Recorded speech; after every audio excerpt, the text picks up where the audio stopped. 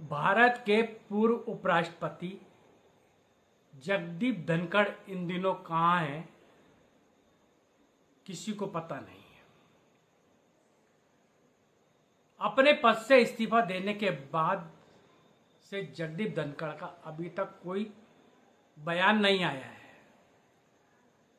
उनके इस्तीफा देने के बाद से देश भर में तरह तरह की चर्चाएं चल रही हैं। कोई कुछ कहता है, कोई कुछ कहता है। किसी का कहना है कि जो यशवंत वर्मा दिल्ली हाई कोर्ट के जस्टिस, जिन पे भ्रष्टाचार के आरोप है और जिनके घर करोड़ों रुपए के जले नोट मिले हैं, उनके खिलाफ महाभियोग लाने संबंधी कोई विवाद उपजा, इस वजह से उन्होंने इस्तीफा दिया है। जगदीप धनखड़ ने खुद इस्तीफा दिया है या उनसे इस्तीफा मांगा गया है, इस बारे में कोई भी स्थिति स्पष्ट नहीं है। राजनीतिक गलियारों में कयास ही लगाए जा रहे हैं और मीडिया भी कयासों के आधार पर ही कवरेज दिखा रहा है। लेकिन इस्तीफा देने के बाद से जगदीप धनखड़ का अभी तक कोई भी बयान नहीं आना अचरज का विषय है। जगदीप धनखड़ अब क्या करेंगे? क्या कोई वो राजनीतिक कदम उठाएंगे या किसी पार्टी में शामिल होंगे? ये सब सवाल बने हुए हैं। राजनीतिक गलियारों में तो ये भी कयास लगाए जा रहे हैं कि वे फिर से कांग्रेस में शामिल होंगे।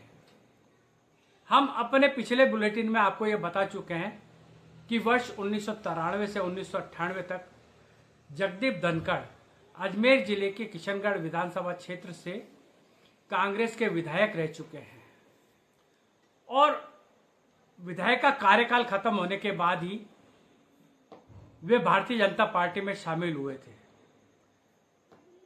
कुछ वर्ष भारतीय जनता पार्टी में रहे तो उन्हें भाजपा ने अपने विधि प्रकोष्ठ का अध्यक्ष भी बनाया और इसमें उन्होंने काम करके भी दिखाया। वैसे तो जगदीप धनखड़ अच्छे वकील हैं, हाई कोर्ट और सुप्रीम कोर्ट में प्रैक्टिस करते थे और अच्छे वक्ता भी हैं। तेज तर्रार हैं, तुरंत निर्णय लेते हैं, कड़े फैसले लेते हैं। इसीलिए भारतीय जनता पार्टी की केंद्र सरकार ने उन्हें पश्चिम बंगाल का राज्यपाल बनाया था ताकि पश्चिम बंगाल की मुख्यमंत्री ममता बनर्जी की नाक में नकेल डाली जा सके। और उन्होंने बहुत कुछ किया भी पश्चिम बंगाल में।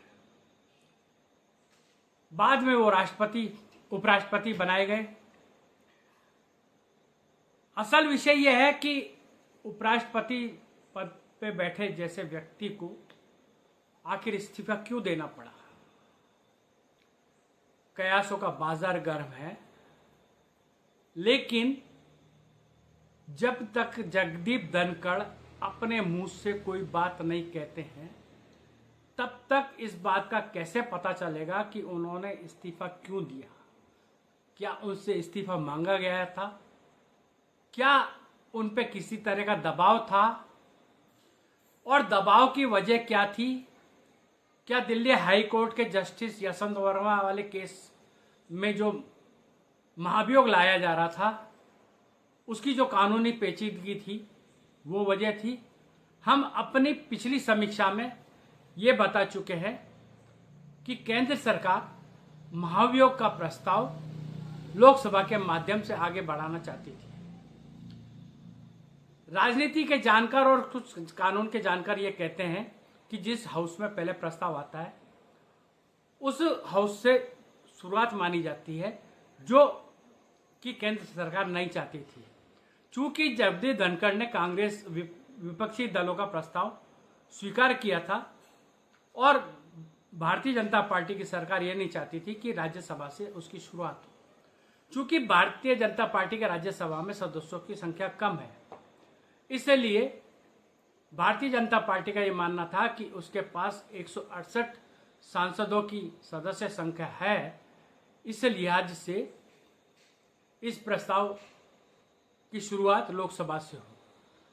कानूनी पहलू और भी क्या है ये तो कानून के जानकार बता सकते हैं, लेकिन अब तक के जितने जो अध्ययन किया है उसके आधार पर ही है।